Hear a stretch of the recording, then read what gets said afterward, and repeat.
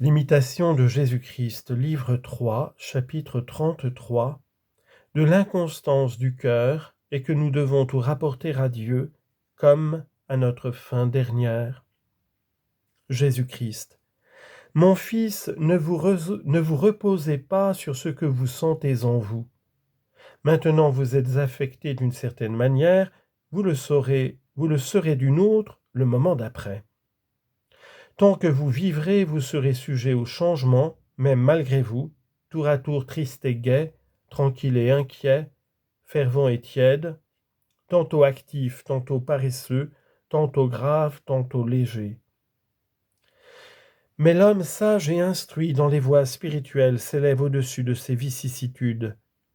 Il ne considère pas ce qu'il éprouve en soi, ni de quel côté l'incline le vent de l'inconstance, mais il arrête toute son attention sur la fin bienheureuse à laquelle il doit tendre.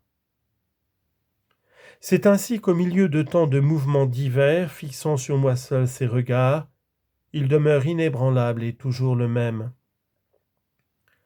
Plus l'œil de l'âme est pur et son intention droite, moins on est agité par les tempêtes.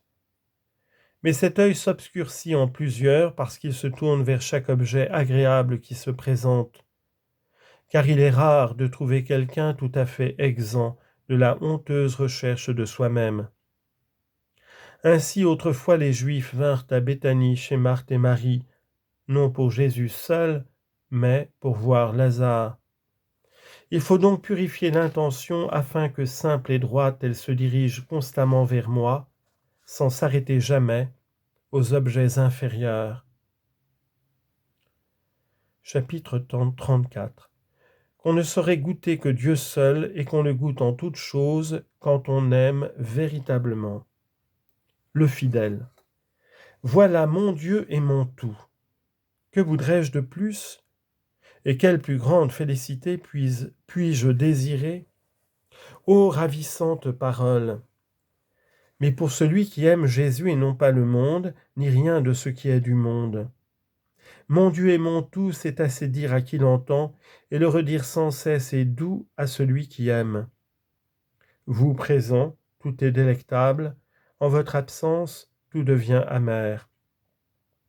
Vous donnez au cœur le repos et une profonde paix et une joie inénarrable. Vous faites que, content de tout, on vous bénit de tout.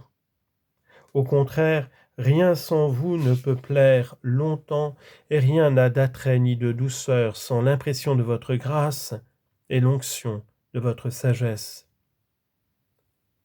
Que ne goûtera pas celui qui vous goûte, et que trouvera d'agréable celui qui ne vous goûte pas? Les sages du monde qui n'ont de goût que pour les voluptés de la chair s'évanouissent dans leur sagesse, car on ne trouve là qu'un vide immense que la mort. Mais ceux qui, pour vous suivre, méprisent le monde et mortifient la chair, se montrent véritablement sages, car ils quittent le mensonge pour la vérité et la chair pour l'esprit. Ceux-là savent goûter Dieu, et tout ce qu'ils trouvent de bon dans les créatures, ils le rapportent à la louange du Créateur. Rien pourtant ne se ressemble moins que le goût du Créateur et celui de la créature, du temps et de l'éternité, de la lumière incréée et de celle qui n'en est qu'un faible reflet.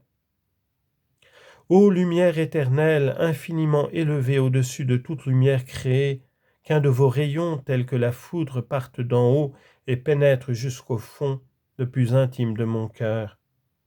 Purifiez, dilatez, éclairez, vivifiez mon âme et toutes ses puissances, pour qu'elles s'unissent à vous dans les transports de joie.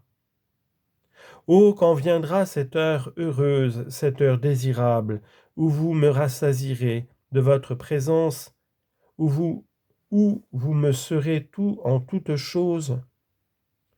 Jusque-là, je n'aurai point de joie parfaite. Hélas, le vieil homme vit encore en moi, il n'est pas tout crucifié, il n'est pas mort entièrement. Ces convoitises combattent encore fortement contre l'esprit. Il excite en moi des guerres intestines et ne souffre pas que l'âme règne en paix. Mais vous qui commandez à la mer et qui calmez le mouvement des flots, levez-vous, secourez-moi. Dissipez les nations qui veulent la guerre et brisez-les dans votre puissance. Faites, je vous conjure, éclater vos merveilles et signalez la force de votre bras, car je n'ai point d'autre espérance, ni d'autre refuge que vous, ô mon Dieu.